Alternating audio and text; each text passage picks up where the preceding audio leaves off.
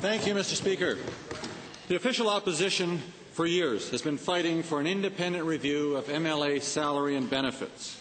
The need for this review is further highlighted when the Premier and his Cabinet voted themselves huge raises after the last election.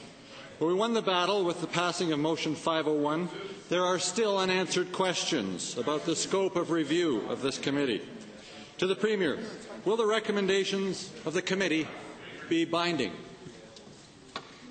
Mr. Speaker, I met with the Honourable Leader the other day, I believe at a social function here in the City of Edmonton, and I asked him if we can get an opportunity to just sit down and chat about the motion that was passed since it was moved by Honourable Member from the Opposition.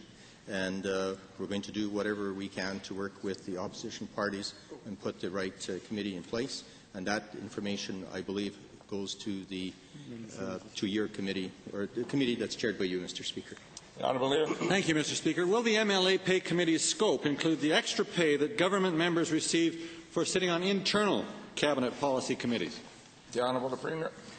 Mr. Speaker, again, I asked the Honourable Leader to sit down and work through all of these questions that they might have, and also have input on what process we follow and what's on the table for review.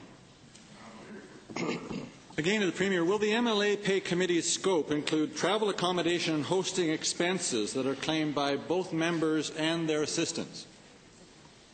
The Honourable Premier. Mr. That comes out of the Legislative Assembly, so that's a completely different matter. But I will say, though, in terms of ministerial expenses, I believe we're the only jurisdiction that on a regular basis puts all the expenses on the web on a regular interval, no matter what expenses are incurred in the office. All Albertans know of them almost immediately.